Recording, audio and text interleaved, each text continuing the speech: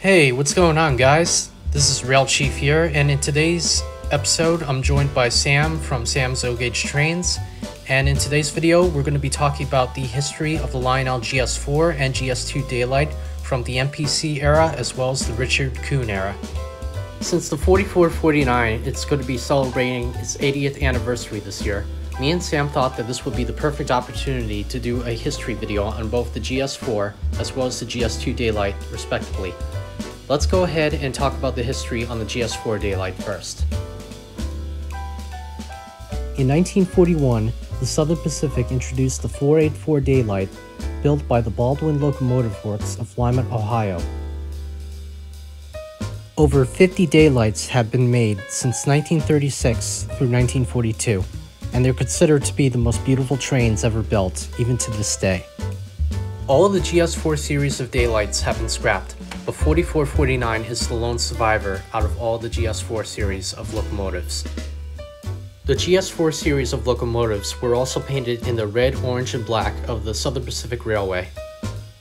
The locomotives also featured a beautiful orange skirt on the side of the engine to complement the beautiful passenger trains that would pull from Los Angeles to San Francisco. After World War II, all of the Daylights have been stripped of their beautiful orange skirts, and mostly used for freight service. After 4449 was retired in 1957, it was placed on static display, but didn't appear again until 1975 when it was chosen to head the second American Freedom Train. For more information on the American Freedom Train, make sure to go check out the I Love Toy Train series Part 12, as well as the Pentrax DVD Daylight Freedom Special. In 1983, during the MPC era, Lionel introduced its first O-Gauge model of the Southern Pacific 4449 Daylight.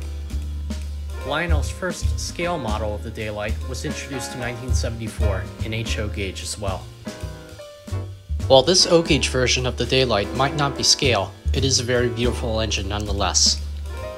Now, the actual model of the Daylight features a smoke unit, front headlight, cylinder smoke, magnet traction, and the mighty sound of steam. The parts that Lionel used to make the 4449 were basically the same parts used for the Lionel 746 Norfolk and Western J.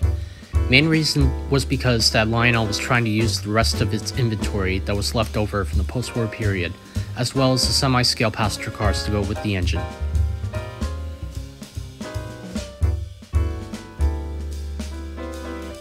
Now, my GS Daylight doesn't really have the matching passenger cars to go with it for right now, so at the meantime, I'm running a set of 2400 series Lionel passenger cars behind the engine.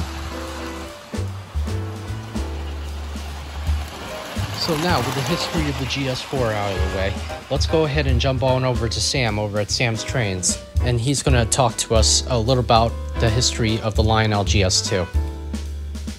Thank you, Rail Chief, for having me be a part of this video. Today, I thought I would share a little bit about my GS2.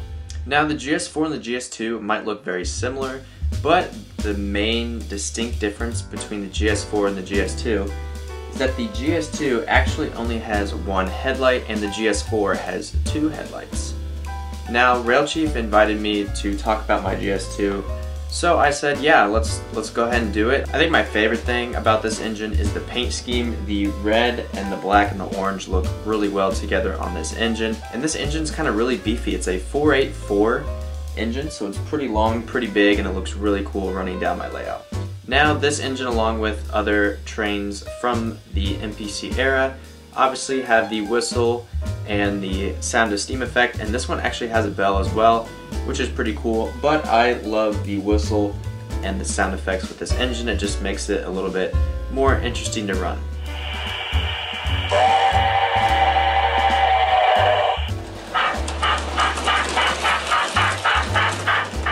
I'd also like to take a moment to talk about the history on the GS2. The GS2 served for only 20 years from 1937 to 1958. These units were built and designed for passenger service. The GS2 was capable of developing 4,500 units of horsepower. With that much power, the engine could get up to speeds of 90 miles per hour.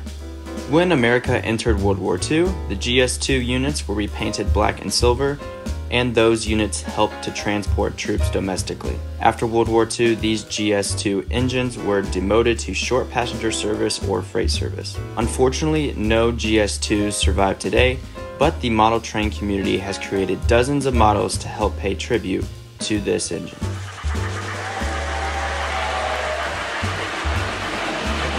Thanks, Real Chief, for allowing me to share a little bit about my GS2 today. And we'll give the video back to Real Chief here to kind of wrap up the video. Again, I greatly appreciate him inviting me.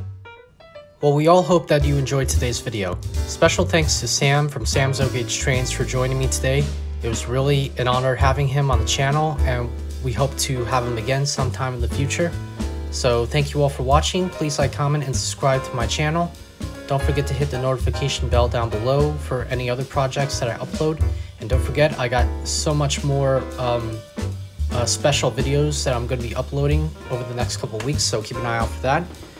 As always, if you guys want to follow me on other types of social media, you can follow me at RailChief74 at Instagram.com, as well as RailChief74 at TikTok as well. So that's it for now. Thank you guys for watching, and I'll see you all next time. Take care.